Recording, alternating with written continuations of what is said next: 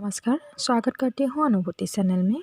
आज पढ़ाने जा रहे हैं क्लास 9 के कबीरदास के साखियाँ या उसकी व्याख्या करेंगे। तो आइए जानते हैं। तो यहाँ पे कबीर ने क्या कहा है कि संसार के जो भी लोग हैं वो ज्ञानी कैसे होते हैं या सभी राम या भगवान जो ईश्वर है वो एक ही है, उसी के बारे में यहाँ चर्चा किया गया है। तो कवि ने कहा है कि मानसरोवर सुभर जल हंसा केली कड़ा है। तो यहाँ पे मानसरोवर यानी कि एक ऐसा सरोवर जहाँ सुभर जल यानी कि जल जो है वो भरा हुआ है सरोवर में।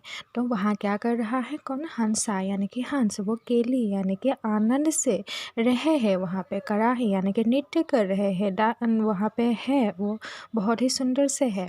मुक्ता फल मुक्ता सूंगे अबूरी अनंत न जाहे। तो वहाँ पे हंस क्या कर रहे हैं, मुक्ता फल एक छोटा सा फल होते हैं जो हंस खाते हैं। तो वो लोग क्या कर रहे हैं, मुक्ता फल खा के अब उड़ी अनंत न जाहे, कहीं भी उसे उड़ के नहीं जाना है, अन्यत्र कहीं नहीं जाना है, केवल उसी सरोवर में रहना है। जिस प्रकार मनुष्य क्या होते हैं, संसार भी एक सरोवर के जैसा है, उसी संसार में रहते हैं और संसार की माया मोह या भक्ति रस से परिपूर्ण होकर वो यहाँ से कहीं अन्यत्र जाना नहीं चाहते हैं।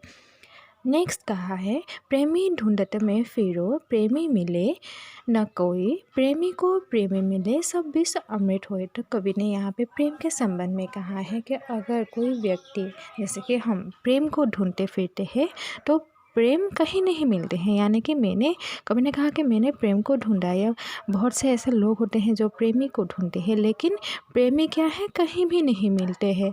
तो अगर प्रेमी को प्रेमी मिले सब विष अमृत होए, यानी कि अगर किसी एक प्रेमी को प्रेमिका या प्रेमिक मिल जाते हैं तो कैसा हो जाता है, सभी विष जो है वो अमृत बन जाता है। यानी कि सच्चा प्रेम मिलने से क्या होता है, विष भी अमृत जैसा लगता है। नेक्स्ट है, हस्ती छड़िए ज्ञान को सहज तुलिसा डारे, ज्ञान रूप संसार है भूखंडे जग हमारे। तो यहाँ पे कवि ने कहा है कि जो भी हाथी से ज्ञान, यानी कि हाथी जो होते हैं बहुत ही शांत स्वभाव के होते हैं, उसमें ज्ञान होते हैं, उसी प्रकार जो है ज्ञान कैसे आए हैं, डुलिसा पारी, मतलब बहुत ही सुंदर रूप से ज्ञान यहाँ आ गए हैं। और स्वान रूप संसार है भूखंड जगमारी, और ये जो संसार यहाँ के जो भी लोग हैं वो बहुत ही स्वार्थपर है, अपने आप को भुला बैठे हैं। और जिस प्रकार हाथी को देख के कुत्ता भोगता है, उसी प्रकार ज्ञानी मनुष्य को देख के भोगता रहता है। यहाँ पे यही कहा है कि जो भी ज्ञानी लोग होते हैं उनको देखकर अज्ञानी लोग भोगते रहते हैं या बुरे भले कहते हैं। नेक्स्ट है, पखा पखी के कारण सब जग रहा भूला, निरपक होई के हरि भजे सोई संत सुजान। तो यहाँ पे कहा कि पखा पखी यानी कि पक्ष विपक्ष या तर्क वितर्क के कारण क्या है, सब जग रहा भूलान, सभी जग को भूल चुका है, संसार को भूल चुका है, निरपक होई के हरि भजे सोई संत सुजान। अगर हम निरपक्ष यानी कि निरपक्ष होकर भगवान की आराधना करें, भगवान का ही नाम ले, तो क्या हो जाता है, सभी संत सुजान यानी कि सभी के दिलों में शांति का निवास होगा, ज्ञान का निवास होगा। फिर कवि ने कहा है कि हिंदू मुआ राम कहे मुसलमान खुदाए, कहे कबीर सो जीविता जो रूह के निकट न जाए। अभी कबीर ने कहा है कि हिंदू जो है वो राम कहते हैं भगवान को, और मुसलमान क्या कहते हैं, खुदा कहते हैं।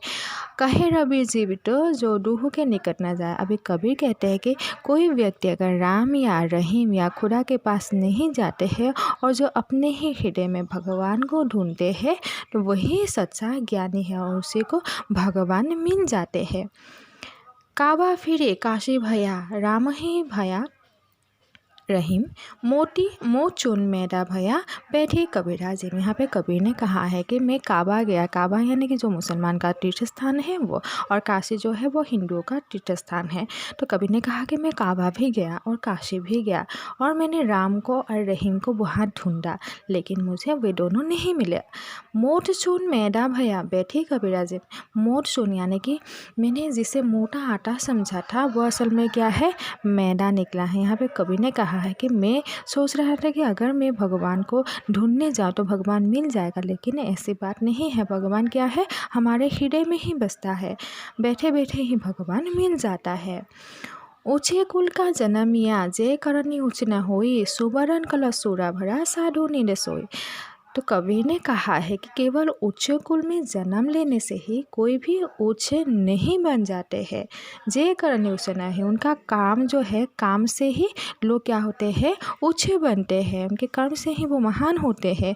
सुबरन कलश सूरा भरा, जिस प्रकार सुबरन यानी कि सोने जैसे कलश पे भी सूरा यानी कि मदिरा या शराब भरा हुआ होता है, तो साधु क्या करते हैं, साधु जन यानी कि ज्ञानी जन क्या है, उसकी निंदा क्या करते हैं। तो इसलिए कवि ने कहा है केवल उच्च कुल में जन्म लेने से ही कोई भी उच्च नहीं बन जाता है। उसके लिए क्या करना होता है, काम करना पड़ता है, काम से ही मनुष्य उच्च हो जाता है। जिस प्रकार सोने की कलश बहुत ही कीमती होती है, लेकिन उस पर अगर मदिरा भरा हुआ होगा तो क्या करेंगे, ज्ञानी लोग उसकी हमेशा अपमान ना करेंगे।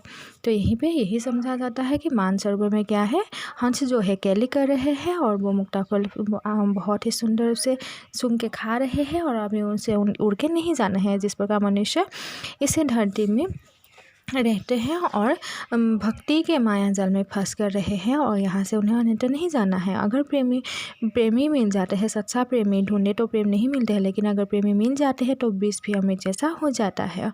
और यहाँ पे सही ज्ञान के बारे में कहा है, ज्ञान जब आती है बहुत ही सुंदर रूप से आती है और ज्ञानी को देख के हमेशा अज्ञानी लोग भोगते हैं, जिस प्रकार हाथी को देख के कुत्ता भोगता है।